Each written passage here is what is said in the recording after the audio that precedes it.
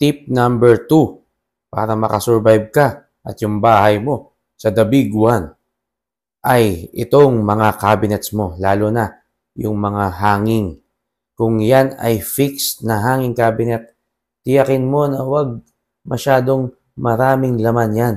Huwag masyadong mabigat ang mga laman yan.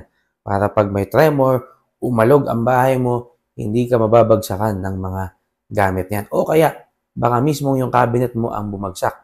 Kaya kung naka-fix yan sa pader, or sa kisame, or naka-freestanding yan, nakapatong sa sahig, tiyakin mo na hindi siya uuga ng matindi. Kung nakapix yan, dapat tama ang pagkakapix sa dingding o sa pader.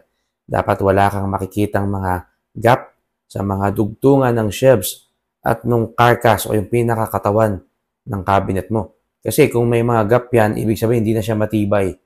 At kapag overloaded yan ng mga laman, pwede yan bumagsak sa'yo kapag ka lumindol.